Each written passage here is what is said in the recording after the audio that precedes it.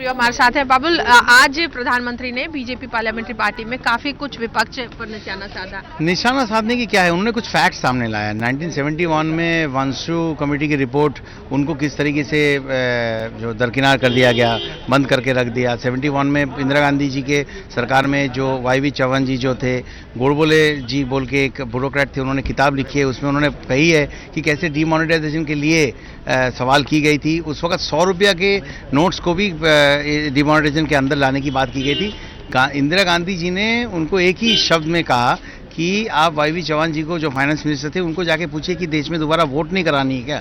तो कांग्रेस पार्टी के लिए हमेशा जो दल वो देश के पहले रही है, ये बात पक्की है। और यहाँ तक कि 72 के करीब ज्योतिर्मय बासु जो है, मार्क्सिस्ट जो थे, आज ऐसा लग रहा है कि मार्क्सिज्म जो है, कम्युनिस्ट वाले जो है, वो भ्रष्ट होके कांग्रेस का मिल चुके हैं। उस वक्त उन्होंने सरकार के ऊपर, इंदिरा गांधी सरकार के ऊपर इतनी गंभीर आरोप लगाए थे कि वो for the black money, by the black money, of the black money काम कर रही है।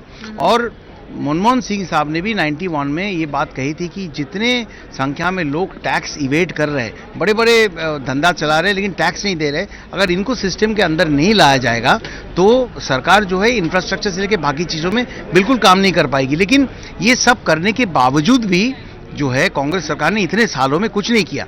और एक अहम फर्क जो आज नज़र आ रही है संसदीय ये पार्लियामेंट्री सिस्टम में, कि इसके पहले भी संसद में हंगामे हुए हैं, संसद रोक दी गई थी, लेकिन मुद्दे क्या थे?